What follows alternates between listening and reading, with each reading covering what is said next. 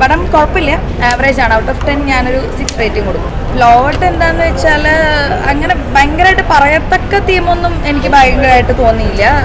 സിനിമയിലൊരു സിസ്റ്ററിൻ്റെ സൗബിൻ്റെ വൈഫിൻ്റെ സിസ്റ്ററിൻ്റെ ഒരു കല്യാണം, പിന്നെ അവരുടെ രണ്ടുപേരുടെ ഫ്രണ്ട്ഷിപ്പും കാര്യങ്ങളൊക്കെ പറയുന്നതാണ് സിനിമ. പിന്നെ സൗബിൻ്റെ രോമാഞ്ചം പോലുള്ള സിനിമ കണ്ടിട്ട് നമ്മളിത് കാണുന്ന സമയത്ത് സൗബിൻ കൂടുതലായിട്ടും പെർഫോമൻസ് ഭയങ്കര കാര്യമായിട്ടൊന്നും ഉണ്ടെന്ന് എനിക്ക് തോന്നിയില്ല. പക്ഷേ ആവറേജ് കണ്ടിരിക്കാം. OTT റിലീസ് ചെയ്യേണ്ട ഒരു മൂവിയാണ് അയൽവാസി. പക്ഷേ തിയേറ്ററിൽ വന്നതുകൊണ്ടും അത് വലിയ പ്രയോജനം എനിക്ക് തോന്നിയിട്ടില്ല.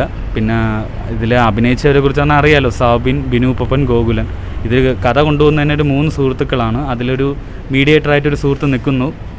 ആ ഒരു കല്യാണവും ഒരു സംഭവങ്ങളായിട്ടെല്ലാം പോകുന്നതാണ്. ഒരാളുടെ കുടുംബം ഒരു ദാരിദ്ര്യവും ബുദ്ധിമുട്ടും അനുഭവിക്കുന്ന സ്ട്രഗിൾ ചെയ്യുന്ന ഒരു ഫാമിലിയും, ഒരാൾ അത്യാവശ്യം പൈസ ഉള്ളതും, പിന്നെ അച്ഛനമ്മ ഫാമിലി കുറച്ച് സ്നേഹം ഉള്ള അടുപ്പം കൂടുതലുള്ള ഒരു ആളുടെ റോളാണ് ചെയ്യുന്നത്. പിന്നെ ഓവറോൾ എന്ന് പറഞ്ഞാൽ ഒരു ചെറിയ ഇഷ്യൂ അതിൻ്റെ ഇടയ്ക്ക് ഉണ്ടാകുന്നു. അതിന് തുടർന്നുണ്ടാകുന്ന കുറേ സംഭവ വികാസങ്ങളാണ് പോകുന്നത് കഥ. പിന്നെ ഇതെന്താ പറയുക, ഇൻ്റർവെൽ പഞ്ചൊന്നും വലിയ ഗുമ്മായിട്ട് തോന്നിയിട്ടില്ല. ഒരു നോർമലായിട്ട് നിന്നു.